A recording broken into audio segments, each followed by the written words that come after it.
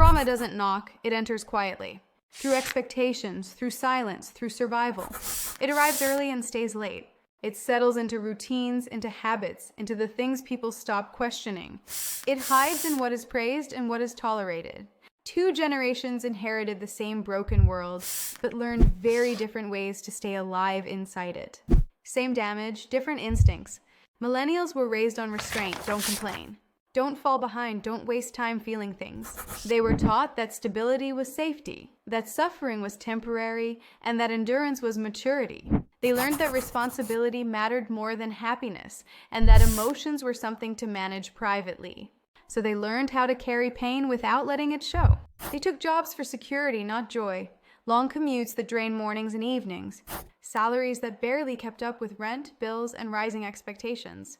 They stayed late in offices, refreshing inboxes close to midnight, answering just one more email because saying no felt risky.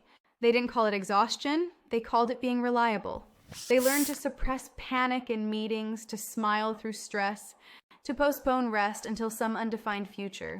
Weekends became recovery zones instead of living spaces. They stayed in relationships where affection faded, but routines stayed. Where love became logistics, rent, groceries, shared calendars, shared silence. Leaving felt irresponsible. Staying felt empty. They joked about burnout, turned fatigue into humor, posted memes about being tired because humor felt safer than honesty. They learned how to function while breaking quietly. They held families together during layoffs, paid EMIs while questioning their worth, smiled through anxiety in office washrooms and traffic jams. They didn't call it trauma, they called it adulthood. And still they showed up. Their strength was endurance, even when endurance became self-erasure. Even when the cost was creativity, joy, and rest. Gen Z watched all of that happen. They watched parents come home drained and distracted. Watched older siblings lose years to burnout and regret. Watched dream jobs turn into survival traps. So they learned early.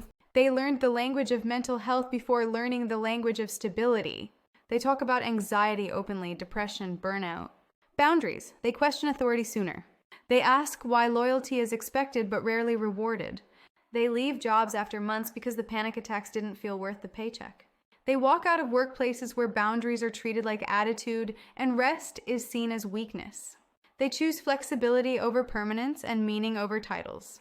They end relationships over disrespect, emotional unavailability, or simply feeling unsafe being themselves.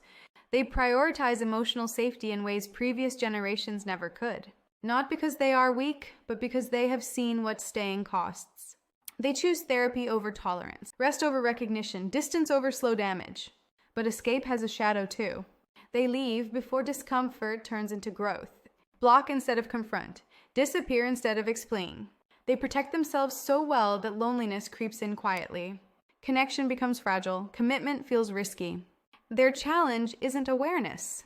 It's learning when safety can include effort and discomfort without becoming harm. Millennials ask, how much can I endure before I collapse? Gen Z asks, why should endurance be the price of living? One learned to survive pressure, the other learned to question it.